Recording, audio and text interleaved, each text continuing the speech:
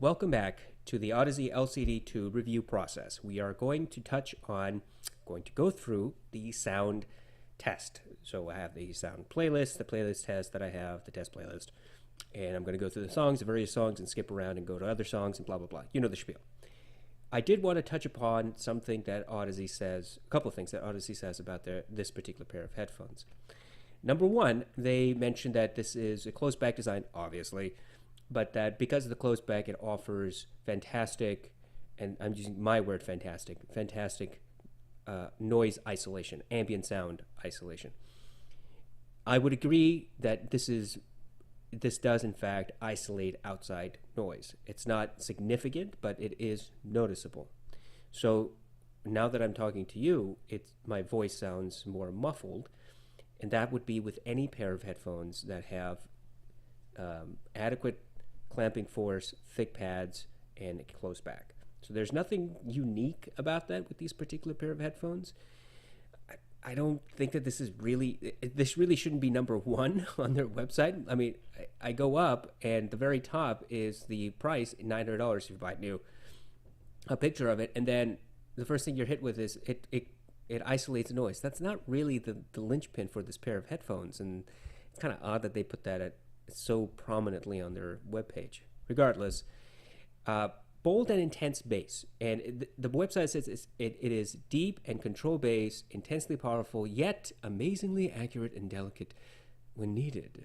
Well then, let's find out about that.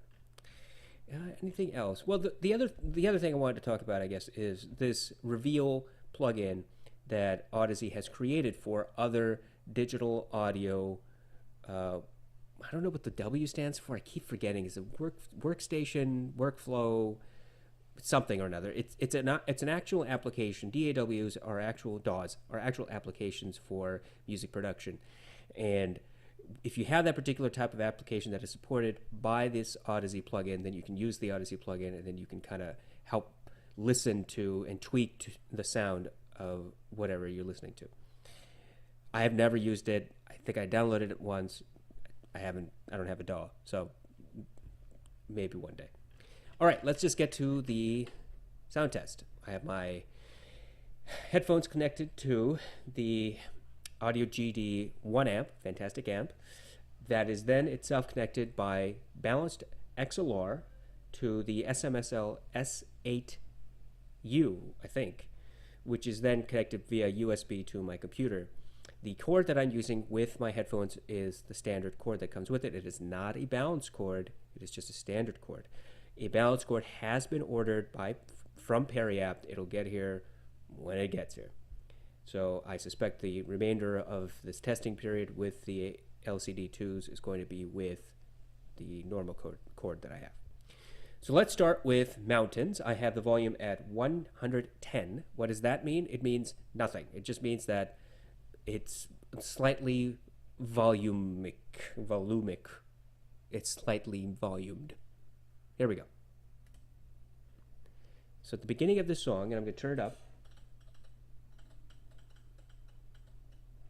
It's at set 130. The beginning of this song has this kind of a clicking sound with wood, of some sort of wood instrument, like wood clackers. And it's very gentle. Like it starts up very softly and it remains very soft in this headphone. Then there's a string instrument that kind of quietly builds up the left ear cup. And then there's another instrument that's center stage, so both ear cups have it, but that first string instrument or whatever it is, after the clicking starts, remains in the left ear cup alone.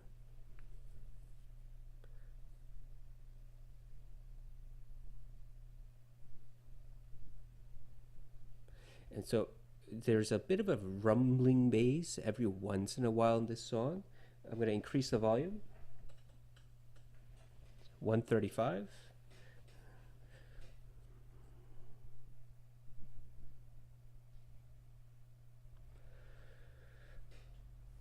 And now all the other instruments are starting to come in slowly. The volume is increasing naturally in the song. There's a clear separation of all the instruments. I hear no muddiness. Everything is it's very clear. At the midpoint of this song, there's an increase of force. All the instruments just hit hard. Here it comes.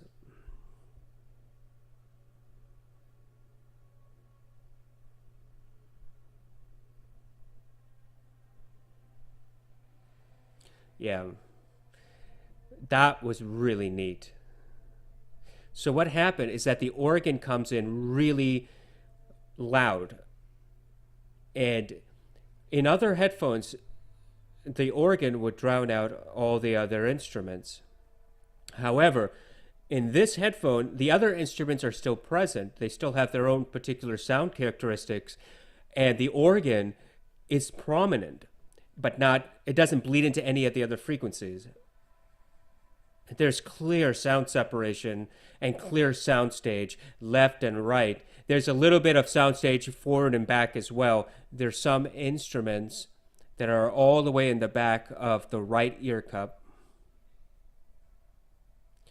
And that organ, when it comes in, is incredibly smooth. But this organ frequency might get sibilant and peak in the higher range with other headphones, but with this, it's just smooth as silk. I'm going to increase volume to 140.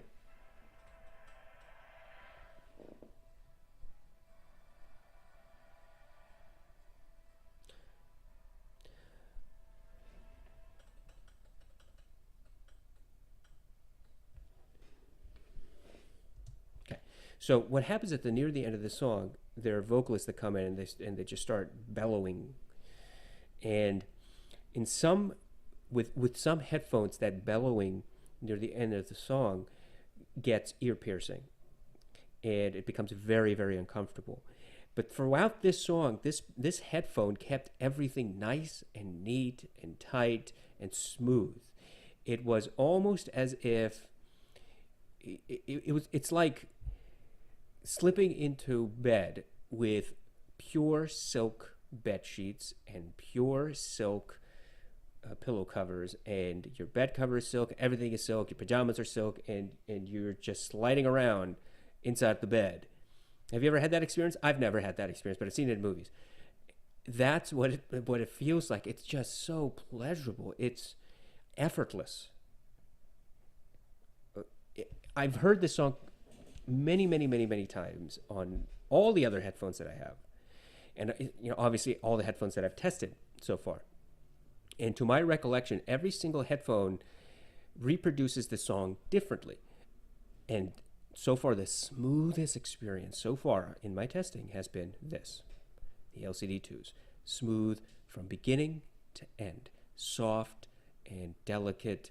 And the bass really comes in with a little bit of the reverberation at the beginning, and then periodically throughout the song, and then with the organ hit when it comes in near halfway through the song, and then the organ becomes the primary instrument.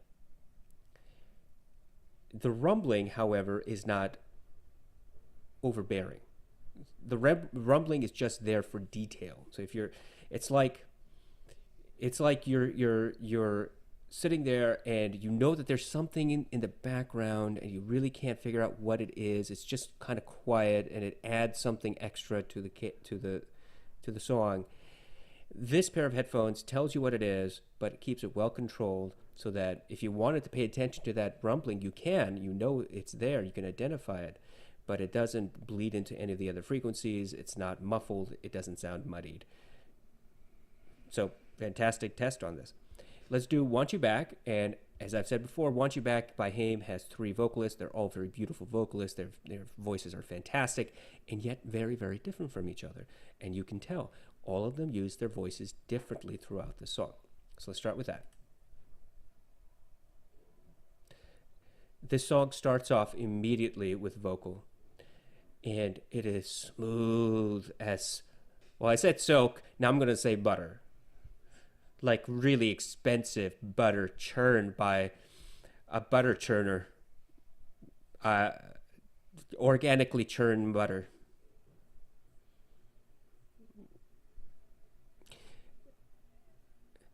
The string instrument is very pleasant. It doesn't bleed into the vocal. And then the other two vocalists come in with her. The primary vocalist is still up front. The other two are a step behind. And I can tell they're three. They all have slightly different tonality. And when the drums come in, it doesn't bleed into any of the other instruments, the string instrument, the guitar, the piano, which is kind of muted actually at this point. I'm going to bring up the volume to 130.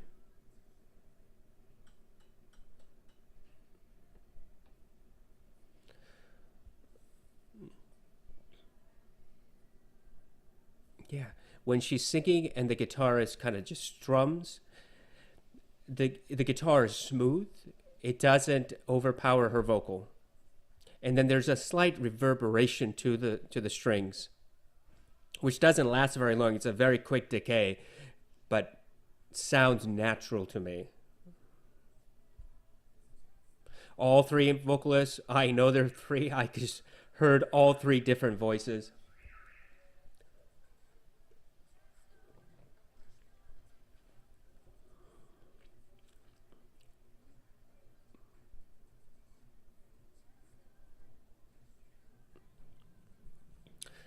And then there's this third vocalist around 2 minutes that comes in, 1 minute 56 seconds, something like that, that has this very high pitched voice that is smooth. It doesn't get even remotely sibilant or peaky or hot or ear piercing. It's just amazing.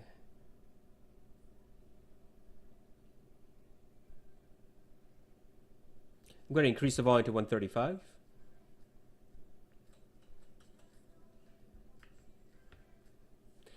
And then there's the clapping and just a slight hit of bass that kind of gives the song a little bit of a lift. It doesn't bleed into anything else. The drum hits are precise. I don't think they're muffled.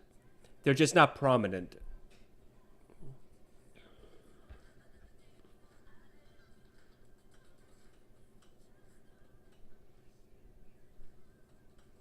Back to 125.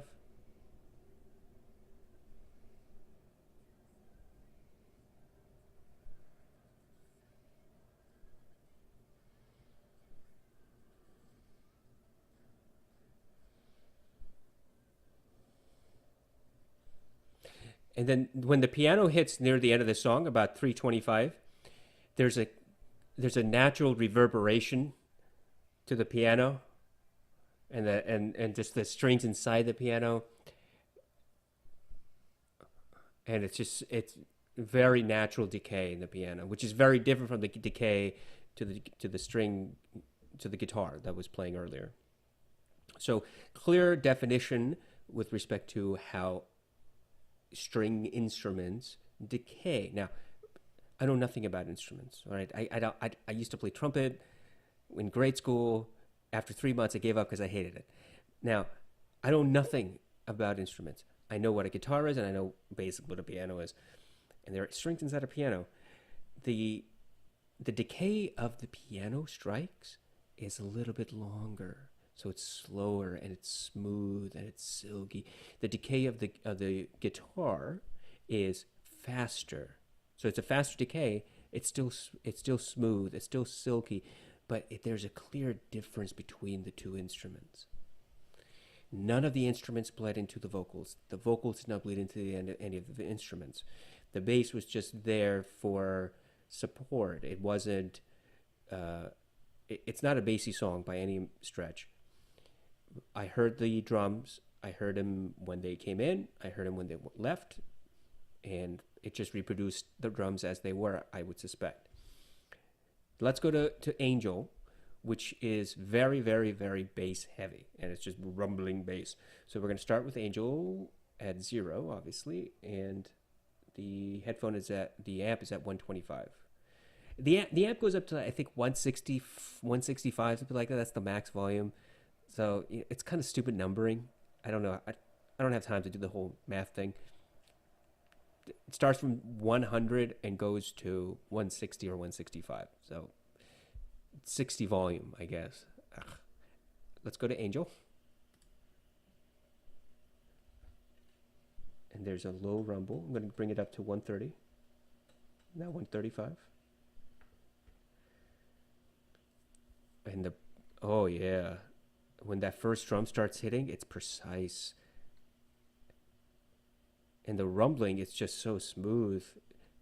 The rumbling is clearly different from the drum hit. And then there's some sort of electronic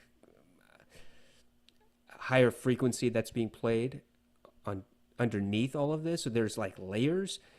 The rumbling is layer 1, and then there's this electronic weird squeaky thing that they've done that's layer 2, and then there's the drum hits that's layer 3.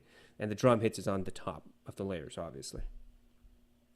Now, more electronic mojo comes in from the right ear cup, and everything is still finely layered. Nothing is bleeding in to anything else.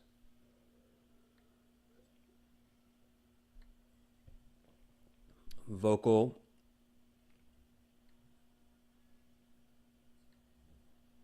There's one vocalist, and there's an echo that they've created with this one vocalist. The echo is simply his lyrics repeated, but delayed just slightly. Hence an echo. The bass does not overpower the vocal. The vocal comes in clear, smooth. Now all the bass is coming into the song.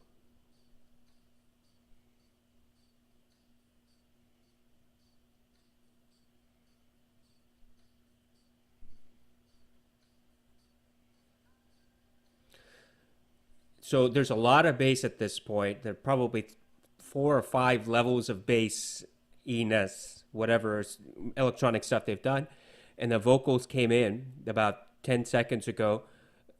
The vocals were very well separated from the bass. No bleed through at all. Now he's saying, love you, love you, love you, with all the other instruments playing. And everything is well separated.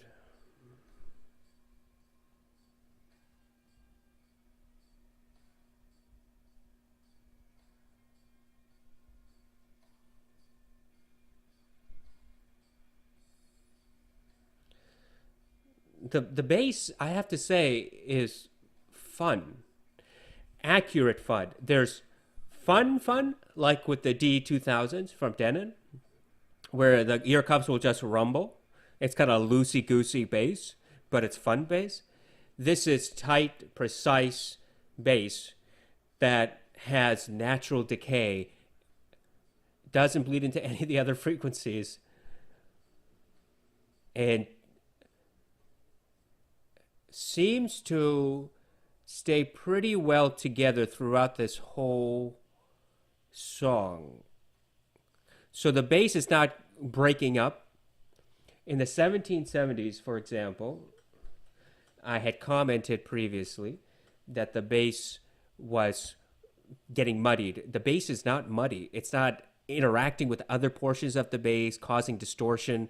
It's just really, really well defined.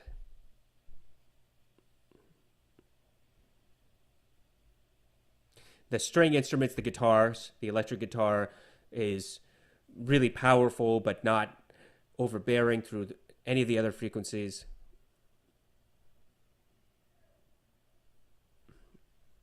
Okay, so this is a 6-minute song. I'm not going to go another 2 minutes with it. Bass response in this is excellent. Excellent. This is what I would define as a reference class bass response. If you created a song, if you had a song that had a lot of bass in it, and the bass was detailed, and the bass had a purpose, like with this song, the bass has a purpose. It's not just there to rumble and rumble as some guy is just rapping away. This is purposeful bass. Then you want a pair of headphones that shows you all the bass texture, meaning the detail, as well as the layers of the bass. What Massive Attack has done with Angel is that they've layered the bass. There's a different bass instrument, there's a different bass frequency, and they play off of each other, and they're layered, and there's that rumbling at the bottom, the very bottom of that layering that persists throughout this song. In other headphones like the 1770s, that rumbling was kind of getting blurry. It was getting muddied with all the other bass frequencies. So great reproduction of the bass on this song. This is probably the smoothest listening experience I've had with Angel. That seems to be a consistency here. 3 songs so far, all 3 incredibly smooth and relaxing to listen to. Let's go to Heartbreak by Chris Sarah. Now, I've said this before, Heartbreak versus Want You Back. Want You Back has vocal forward. Heartbreak, the vocals, in my experience of all the time I've listened to this, has been more instrument forward, vocal kind of reserved. Does that kind of make sense? So the vocals are not the primary. The vocals are just there to be there, to kind of add substance to the song. Whereas in Want You Back, the vocals are the real center of the song, and the instruments just support the vocals. Listen to the songs, and then you'll hopefully understand what I'm talking about. All right, let's start with Heartbreak.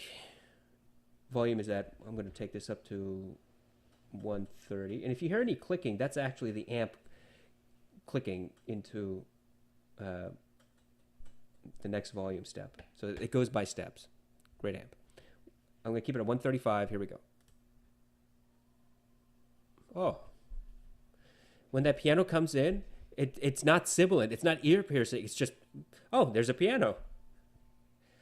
And then there's kind of haunting vocal that has this great, beautiful echo.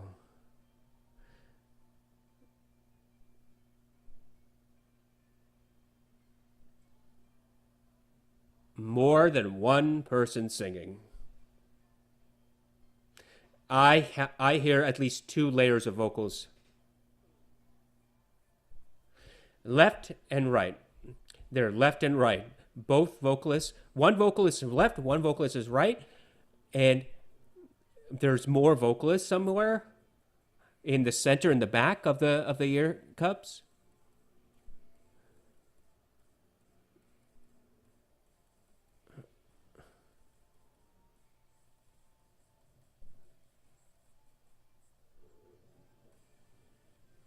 Yeah.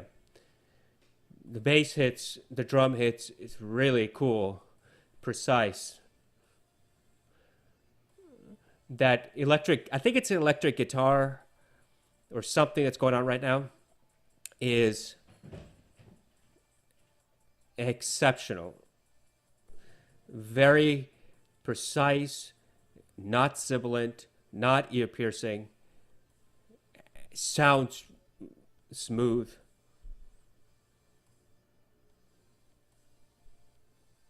So I'm going to say it's an electric guitar. The electric guitar and the drum do not cancel each other out. They're well separated.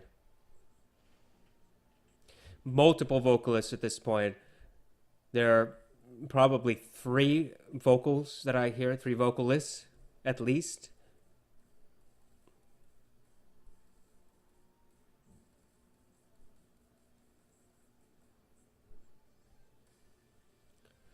And when that bass comes in, about 2 minutes and 14 seconds, 2 minutes, 13 seconds, really tight bass hit, really tight drum hit.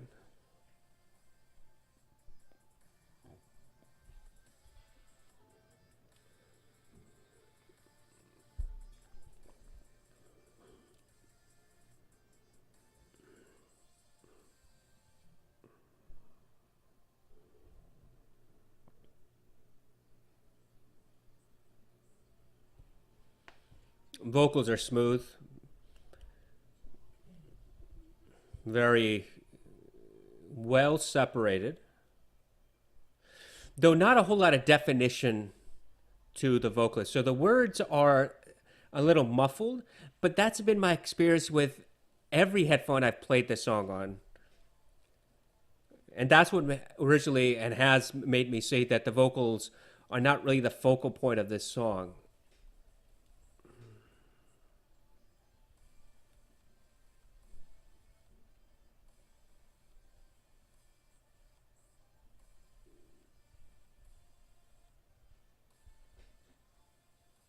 Okay. Now, okay, so in all my other listening sessions, I've played songs all the way through. I can't do it with this pair of headphones because I'm so excited to go to the next song and figure out how is it going to react to the next song. And this is all really positive. Okay, so Heartbreak, what I said before I play the song still remains true. In my opinion, the vocals are not the centerpiece. All the instruments, well defined, well separated. Vocals, muddied, but only because of this song. The vocals in all the other songs that we've played, like Angel has a little bit of vocal, Want You Back has mostly vocal, that it wasn't muddied in that at all. In Heartbreak, the vocals are a little bit muddy. But here's the thing. In every other headphone that I tested with this song, and the testing has been uploaded, I don't remember saying anything about, I can hear so many vocalists. I don't remember saying that. But I can tell you for sure right now, on the LCD-2 Closed, I can hear multiple vocalists with different tones, tonality. And I can hear soundstage left and right and front and back. And it's all smooth. This was excellent. Let's go to John Williams, Scherzo for X-Wings, because this is orchestral, and let's see how this headphone stacks up with orchestral music like John Williams. Volume at 135. Clear definition of the horns.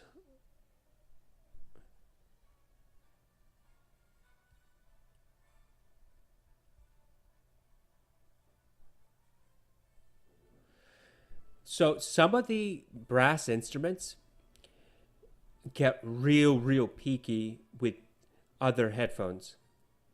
And the LCD2 suppressed that peakiness.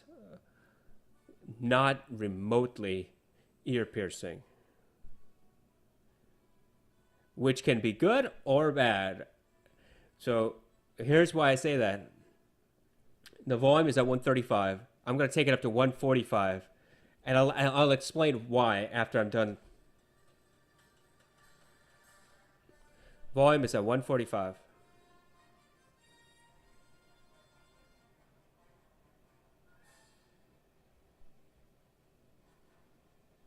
I feel like I am sitting in the center of the orchestra.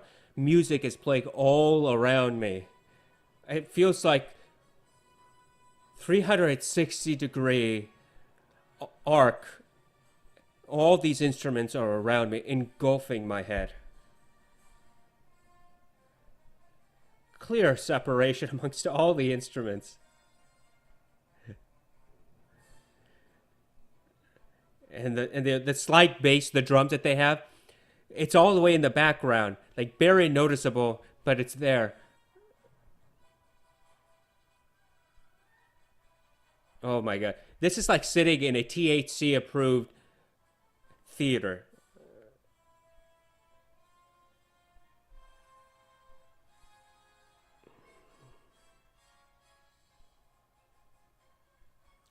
Soundstage, left and right, front and back.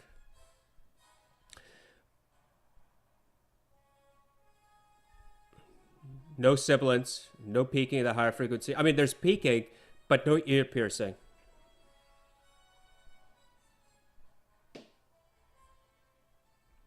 And so there's going to be a little bit more emphasis on the bass now with the drums.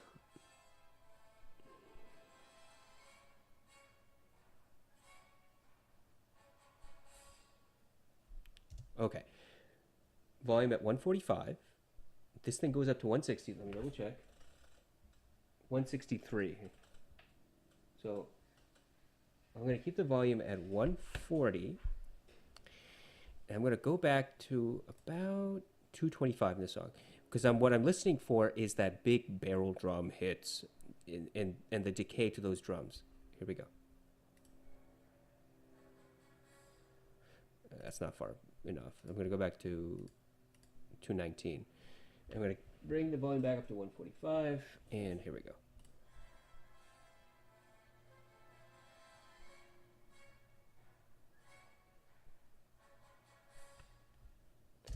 Yeah. So when those drums come in, those big barrel drum things, and I imagine that that's what they are.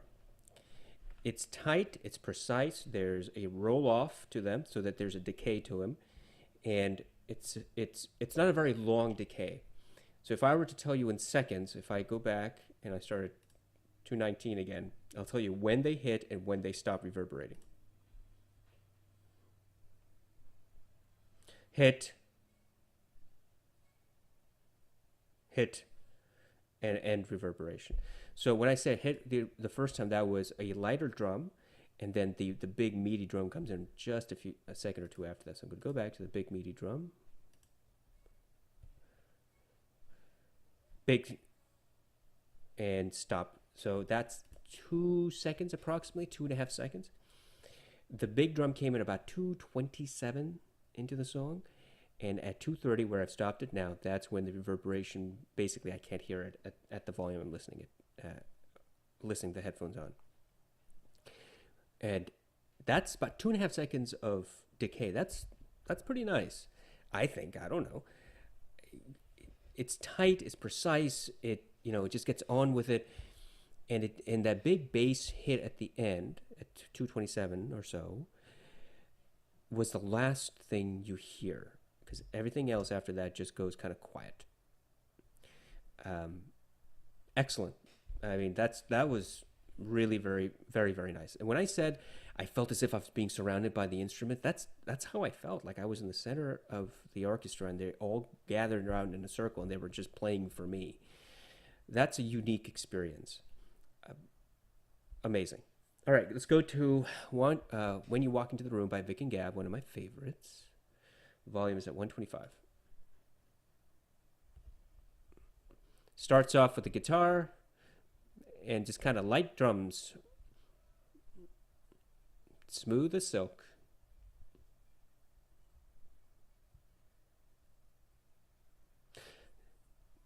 And the vocal, nice, smooth reproduction. Every single word she says is clearly articulated. Go into volume up to 135.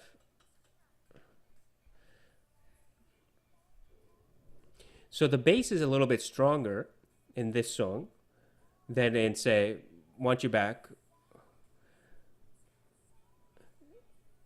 I can hear the bass. I can just imagine the drummer on stage, but the vocalist is center stage, and their voices are not being drowned out by the guitar, the drums, the piano, nothing else. It's just so well defined and separated.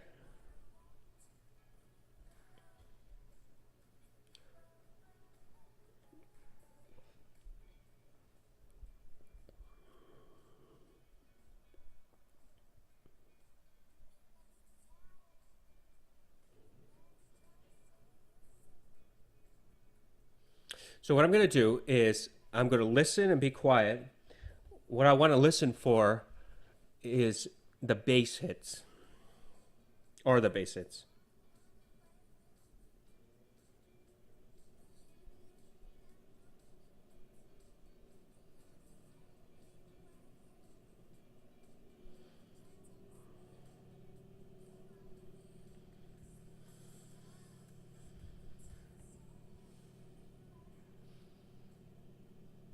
Clear separation left and right. So sound stage is what I mean.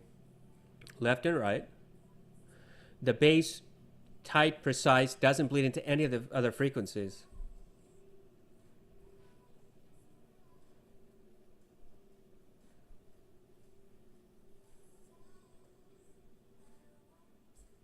Okay, I'm going to stop the song. I am so surprised at how smooth and silky and defined and articulate this song is on this pair of headphones.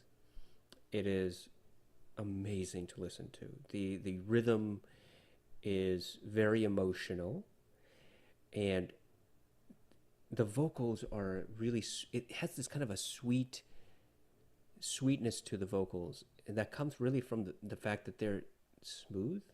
So the vocalists are not piercing my eardrums. Their vocals are not breaking up. They're not being bled into by the other frequencies. It's just so natural and wonderful and, intimate. These are not the most intimate pair of headphones that I have. Meaning this doesn't make me feel like they're they're singing to me specifically.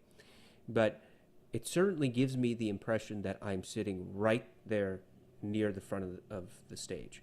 And it's really, really nice to listen to. I'm going to skip Dreamer because I hate that song with a passion. And I can't stand that voice in Dreamer. Superposition. I think I'm going to skip to Flight from the City, which has the beautiful, haunting piano. It's 6.5 minutes. I'm not going to listen to all of it, but I want to listen to that piano frequency. Here we go. 135 on the volume. Oh, there's a creaking. It's the creaking as you play on this old piano, or you're sitting on the bench and you're leaning forward or back or sideways. Just that detail in the song. The piano is so smooth and beautiful and haunting. There's this build-up of, I don't know what it is, it's maybe some sort of string instrument or electronic stuff in the background, and then there's this kind of like electric field effect that reverberates throughout the song, that comes in and out throughout the song.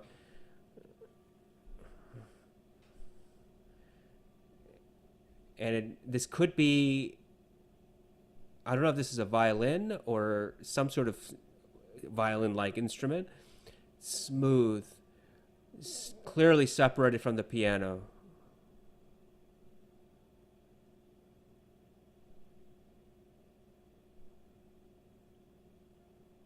I can hear the little sizzling of the electric field that I talked about. When there's a bit of quietness in the song, I can hear that electric sizzling in the background. And when there's instruments playing, I can barely tell that the sizzling is there, unless it gets quiet all of a sudden. The piano strikes are so lovely. Like when you're sitting at a piano and you start pressing down on the keys, you can either do it lightly or you can do it with some emphasis. And when he does it with an emphasis, I can hear the piano keys reverberate like a thump. That's what it sounds like, thump. And there was that creaking just now, like he just leaned forward into the next, the next stanza into the song. Stanza? I don't know how people read music.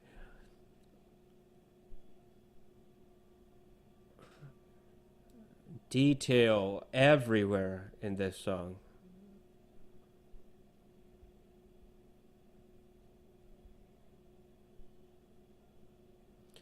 Soundstage left side, there is some sort of string instrument, violin probably.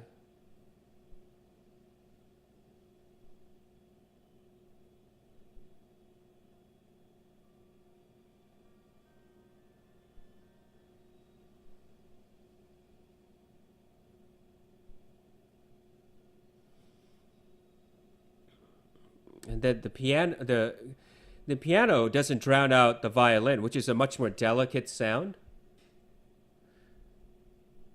And there's more than just that. It's more than just the one violin. The piano, there's other string instruments here. If I only knew what they were. So if it's a violin, it's more than one. And then there's something other than a violin.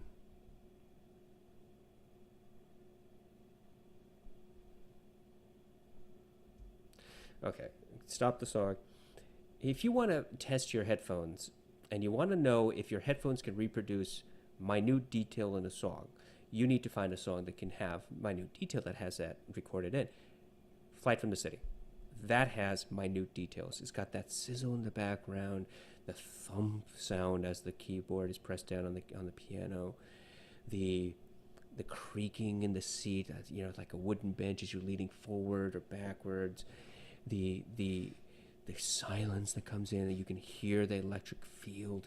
I mean, these are all amazing details that build up this song. Because as you're sitting there listening, if your headphones can reproduce all of those things I just spoke of, then you will be mesmerized by this song. As I said, it's a haunting song. It is very, very beautiful. And on this pair of headphones, not only is it smooth and textured and layered and there's soundstage, but the detail.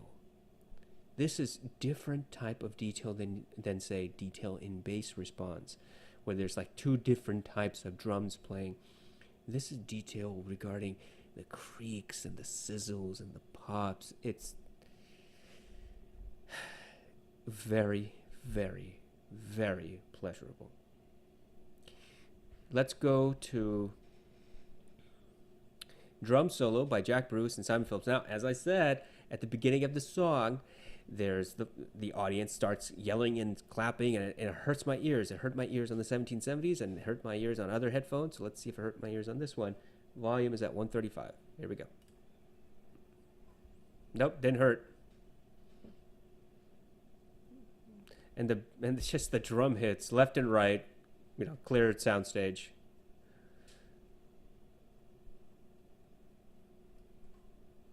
I'm going to increase the volume to 140.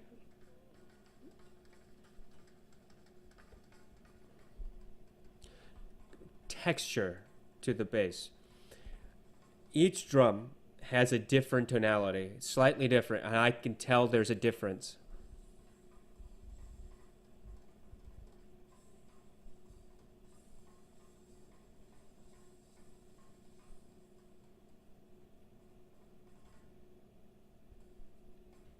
This is when he starts really just playing. Clear separation of each drum hit.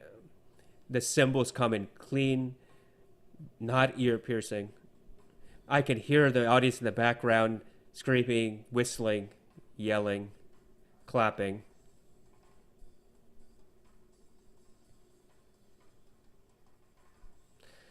The drum is clean, precise, articulate. You can throw every single positive audiophile term out there. This is doing it. And when he's now going back and forth amongst his drums, right here at this portion of the song, there's this underlying reverberation and a rumble as he's playing the drums over and over again in a faster and faster pace. And now he's slowing down, and it's getting quieter. I turned it down.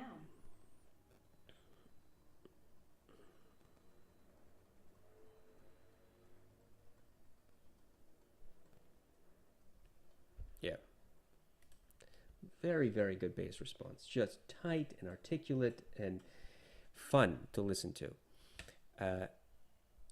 When the song starts, the audience is cheering. Very poor way to record this song and put it up. But the audience is cheering. And in other headphones, it hurt my ears. Like, oh my God, I didn't expect that. And it was really loud and it really hurt me. I'm basically halfway on the volume setting on my amp. And when I started the song, it didn't hurt my ears. It wasn't ear piercing, which again is consistent with all the other songs we've played on this headphone so far. The higher frequencies are well controlled. This headphone does not allow the higher frequencies to peak out of control. I love it. That's what adds to the total smoothness and the Audeze sound signature. It's a thing of beauty. If you appreciate this sort of thing, it's a thing of beauty. Now let's go to Koto, and let's do Lion. And as I've said before, Koto is Japanese drums, multiple people playing drums of different types. And let's see how this pair of headphones handles. So one set of drums is playing now, and there's a vocals kind of just going hoo ha. New set of drums, clearly defined. Increasing volume to 140.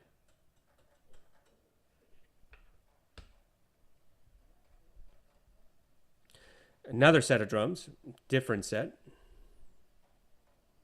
So now there's two sets of drums playing, clearly separate, different tonality to each. No bleed through.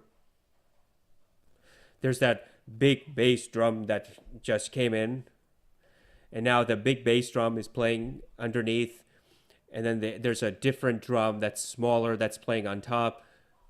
Clear layering of drums. Now there are 1, 2, 3, at least 3 drums playing now that I can tell.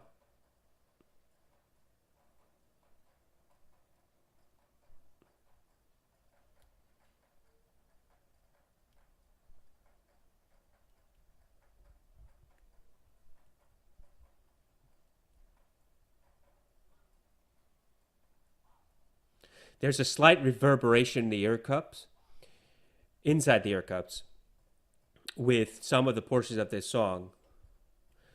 The decay to the drums is different for each drum. So the smaller, faster drums decay much faster.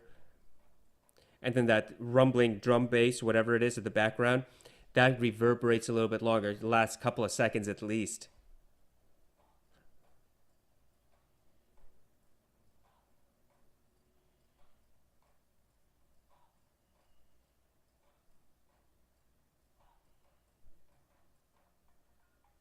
And now there's bells or whatever it is. I don't know what the hell this is, but it's kind of neat.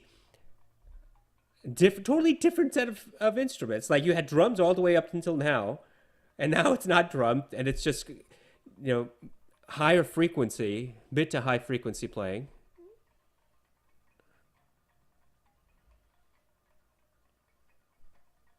Not ear piercing, very smooth. And then the drums come back in. Clear definition and precise drum hits. Okay, I'm going to stop. I have nothing negative to say. I have absolutely nothing negative to say about this experience. The drum hits on Lion from Koto are precise, are articulate, they decay properly, there's clear separation, there's clear sound stage, the vocalists are not overpowered by the bass. What else can I say? This is really pleasant bass. Incredibly articulate, very, very precise, smooth as silk. What more can I possibly add to this? How many songs we listen to? So Lion is 1, 2, 3, 4, 5, 6, 7, 8, 9. So we listen to 9 songs, and all of them have the following things that are consistent. 1, smoothness. Everything is very, very smooth throughout this test on these headphones. What do I mean by smooth? What I mean by smooth is the bass isn't overpowering anything on any of these songs. The higher frequencies are not getting sibilant, are not getting ear piercing. They're not bleeding into any other portion of the frequency range. Everything is well defined, and everything has a limited decay.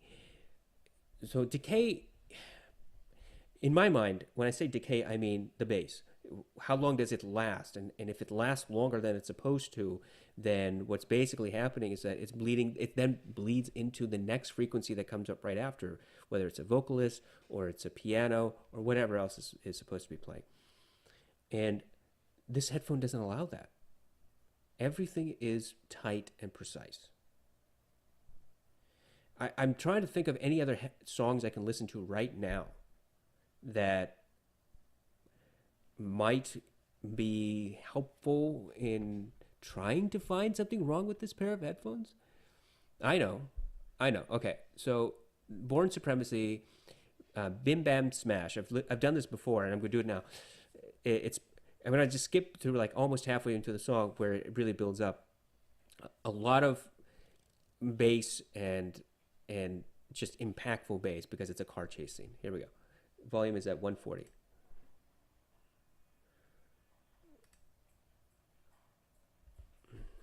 Okay. There's an electric guitar basically on the left ear cup, and then that rumbling bass in the background.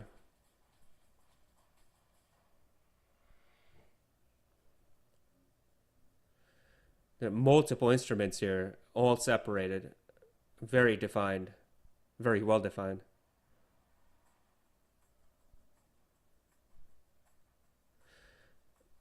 There are at least two different forms of drums right here.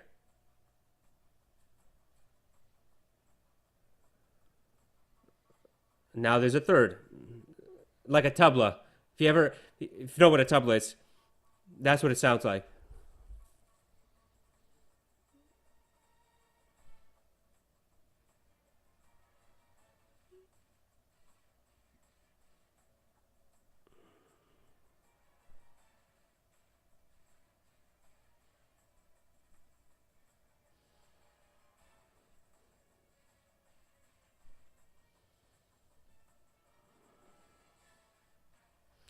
There's this natural reverberation throughout this song.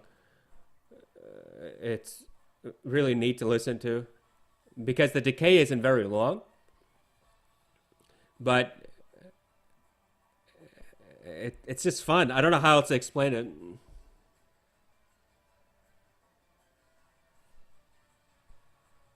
All right.